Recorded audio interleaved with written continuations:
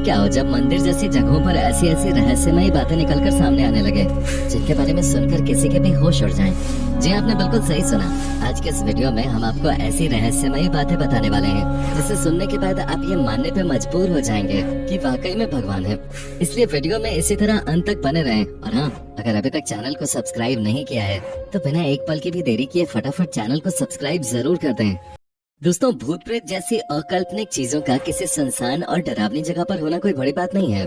हम अक्सर इस तरह की कहानियां सुनते आ रहे हैं। दोस्तों, न केवल भारत में बल्कि पूरी दुनिया में केदारनाथ मंदिर को सबसे मिस्टीरियस मंदिरों में से एक माना जाता है। केदारनाथ मंदिर भारत के उत्तराखंड राज्य के रुद्रप्रयाग नाम के जिले में स्थित है। भगवान शिव का ये मंदिर हिंदू धर्म के सभी तीर्थ स्थलों में से सबसे शुद्ध माना जाता है। और इस मंदिर के बारे में एक बहुत ही प्रचलित मान्यता ये है कि जो कोई भी जाकर इस मंदिर में पूजा कर पाता है वो बहुत ही खुशकिस्मत होता है, क्योंकि मान्यताओं के अनुसार इस मंदिर तक पहुंच पाना हर किसी की किस्मत में नहीं होता है। पर इन सबसे ज्यादा रोचक बात तो ये है कि केदारनाथ मंदिर को कब, किसने और क्यों बनवाया, इसके बारे में कोई भी नहीं जानता। हालांकि वो अलग बात है कि धर्म और शास्त्रों में ये लिखा गया है कि केदारनाथ मंदिर को पांडवों ने बनवाया था, परंतु अभी तक इस बात का कोई सबूत नहीं मिला है कि इस मंदिर को वाकई में पांडवों ने बनवाया था या फिर इसके पीछे कोई और ही रहस्य छुपा हुआ है। और इस मंदिर का रहस्य यहीं पर खत्म नहीं होता, क्योंकि जब आप केदारनाथ मंदिर की बनावट को देखेंगे तो आपका सिर चकराने लग जाएगा। केदारनाथ मंदिर में जो पत्थर लगे हुए हैं वो इतने सटीक और इंटरलॉकिंग तरीके से लगे हैं कि देखकर ही ऐसा लगता है मानो किसी मॉडर्न इंजीनियर ने इसे तैयार किया हो।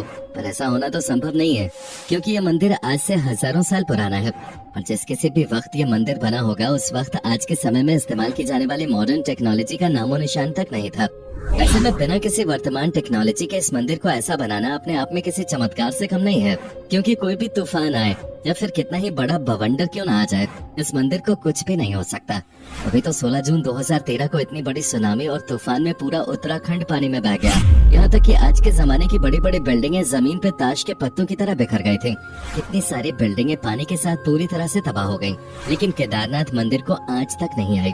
पूरा का पूरा मंदिर वैसे का वैसा ही खड़ा रहा। भले ही पानी का सैलाब मंदिर के अंदर तक पहुंच गया था, जिसकी वजह से पूरा मंदिर पानी से डूब गया, लेकिन मंदिर को कुछ भी नहीं हुआ। जी हाँ, आज भी आप मंदिर को ठीक वैसा ही देखेंगे जैसा ये सालों पहले बनके तैयार हुआ था। अब ये बात सुनकर बहुत से लोगों को लग रहा होगा कि इसमें कौन सी बड़ी बात है। तो दोस्तों, जरा रुक जाइए। अब हम आपको जो बताने वाले हैं उसे सुनने के बाद आपके रोंगटे खड़े हो जाएंगे, क्योंकि उस वक्त बाढ़ के समय हर तरफ सिर्फ और सिर्फ पानी दिखाई दे रहा था। तो उस बारिश में जब बहुत सारा पानी हो गया था, पीछे से एक बहुत बड़ा पत्थर पहाड़ से निकल कर आया और केदारनाथ मंदिर के जस्ट पीछे रुककर उसने पानी की धारा को 2 भागों में कर दिया। यानी कि पानी की तेज धार जो डायरेक्ट मंदिर को तबाह करने के लिए आगे बढ़ रहे थे, उसे इस विशालकाय पत्थर ने बहुत ही चमत्कारिक तरीके से 2 भागों में बांट दिया, जिसकी वजह से मंदिर पूरी तरह सुरक्षित हो गया। ऐसे में सबसे बड़ा सवाल ये आता है कि जब लेटेस्ट टेक्नोलॉजी और मजबूत पत्थरों का इस्तेमाल करके बनी बड़ी बड़ी बिल्डिंग्स पानी के बहाव को नहीं झेल सकी और टूटकर बिखर गई, तो भला केदारनाथ मंदिर क्यों नहीं डूब सकता था? अब आप इसे कुछ भी कहें, लेकिन जब सारी बिल्डिंग्स टूटकर बिखर रहे थे तो एक विशालकाय पत्थर ने मंदिर को सुरक्षित रखने का काम किया। इस घटना के बाद लोगों को ये एहसास हुआ कि सच में जिस केदारनाथ मंदिर की पूजा करने के लिए लोग मीलों की दूरी तय करके आते हैं, वो वाकई में कितना रहस्यमयी और चमत्कारिक है। और शायद यही कारण है कि केदारनाथ मंदिर को भारत के सबसे पवित्र और रहस्यमय मंदिर के तौर पर जाना जाता है। अब जो लोग केदारनाथ के दर्शन करने के लिए गए होंगे उन्हें ये तो पता होगा कि वहाँ पर एक कुंड है जिसका नाम रेतस कुंड है। पर क्या आप ये बात जानते हैं कि जब कोई यहाँ पर ओम का जाप करने लगता है तो उस कुंड में से बुलबुलें निकलने लगते हैं। अब जाहिर सी बात है ये कोई नॉर्मल चीज तो है नहीं, इसलिए बहुत से अलग अलग एक्सपर्ट्स और रिसर्चर्स ने यहाँ आकर इस बात को जानने की कोशिश की कि आखिर ऐसा क्यों होता है। पर इतनी सारी खोजबीन करने के बावजूद उन्हें इसका कोई भी वैज्ञानिक तर्क नहीं मिला और अभी भी बहुत से वैज्ञानिक ये बात सोचने में लगे हुए हैं कि आखिर ओम का जाप करने पे ही इस कुंड से बुलबुलें क्यों निकलते हैं। अगर आपको इस बात का जवाब पता हो तो हमें और हमारे दर्शकों को कमेंट में बताना मत भूलिएगा। अब दोस्तों, ये बात तो आप भली भांति जानते हैं कि केदारनाथ एक ऐसा धाम है जो 6 महीने खुला रहता है और 6 महीने बंद रहता है। पर दिमाग को हिला देने वाली बात तो तब पता चलती है जब 6 महीना ये मंदिर बंद रहता है तो यहाँ सबसे ज्यादा अजीब घटना घटती है, जिसे वहाँ के लोग महसूस भी कर सकते हैं। असल में केदारनाथ मंदिर के आसपास रहने वाले लोगों का ये कहना है कि जब 6 महीने इस मंदिर का द्वार बंद हो जाता है तो किसी को भी इस मंदिर के अंदर प्रवेश नहीं करने दिया जाता है, फिर चाहे वो कितना भी बड़ा वीआईपी ही क्यों ना हो। एक बार अगर मंदिर का कपाट बंद हो गया तो वो सीधा 6 महीने बाद ही खुलता है और पूरे 6 महीने मंदिर में किसी भी प्रकार की कोई साफ सफाई नहीं होती है। यहाँ तक कि मंदिर के अंदर जो दीपक जलाने का काम होता है वो भी कोई पंडित जाकर नहीं करता, यानी कि मंदिर के अंदर का पूरा प्रवेश बंद कर दिया जाता है और सिवाय उस मंदिर के अंदर भगवान भोले के और कोई नहीं होता। क्योंकि एक बार जब मंदिर बंद होता है तो वो सीधा 6 महीने बाद ही दर्शन के लिए खुलता है। पर जब मंदिर का कपाट 6 महीने बाद खुलता है तो लोग ये देखते हैं कि उसके अंदर का दीपक लगातार जल रहा है। जाहिर सी बात है दोस्तों, अगर आप किसी कमरे को 6 महीने तो क्या 6 दिन के लिए भी बंद करके चले जाएंगे, तो जब उसे दोबारा से खोलेंगे तो उसमें बहुत सारी धूल मिट्टी और तरह तरह के कीड़े मकोड़े घूमने लगेंगे। यानी कि जिस हाल में आपने उस कमरे को छोड़ा होगा उस हाल में तो कमरा बिल्कुल भी नहीं होगा, क्योंकि कमरा बंद हो या फिर खुला हो, अगर हम उसमें साफ सफाई नहीं करते तो प्रकृति किसी न किसी तरीके से उस पर अपना कब्जा करना शुरू कर देते हैं, फिर चाहे धूल मिट्टी के जरिए हो या फिर छोटे छोटे कीड़े मकोड़ों के जरिए।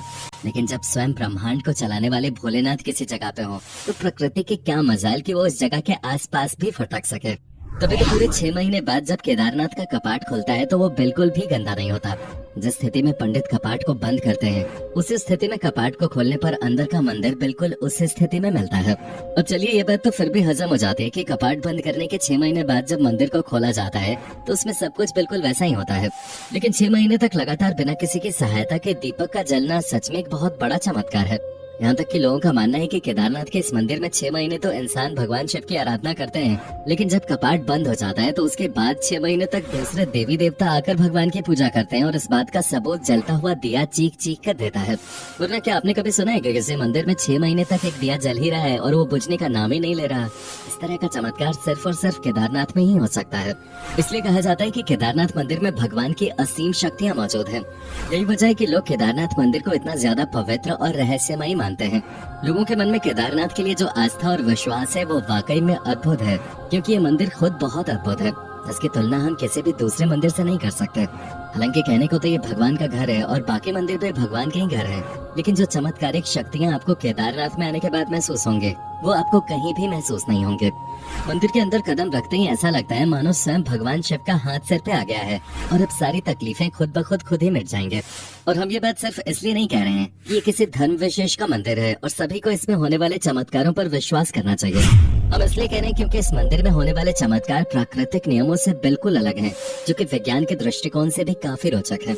अब आप किसी भी धर्म से क्यों न ताल्लुक रखते हैं, लेकिन अगर आप विज्ञान को मानते हैं तो एक बार इस मंदिर में जाकर यहाँ होने वाले चमत्कारों को जरूर महसूस करिएगा, जिसके बाद आपको ये समझ में आ जाएगा कि इस दुनिया में कुछ ऐसी भी चीजें हैं जिनका विज्ञान से कोई लेना देना नहीं है, वो सिर्फ और सिर्फ चमत्कार पर चलते हैं। बाकी आप केदारनाथ मंदिर में होने वाले चमत्कारों पर कितना विश्वास करते हैं इसके बारे में हमें कमेंट में जरूर बताइएगा। और इसी तरह की रोमांचक वीडियोस को लगातार देखते रहने के लिए चैनल को लाइक, शेयर और सब्सक्राइब करना बिल्कुल भी ना भूलें। धन्यवाद।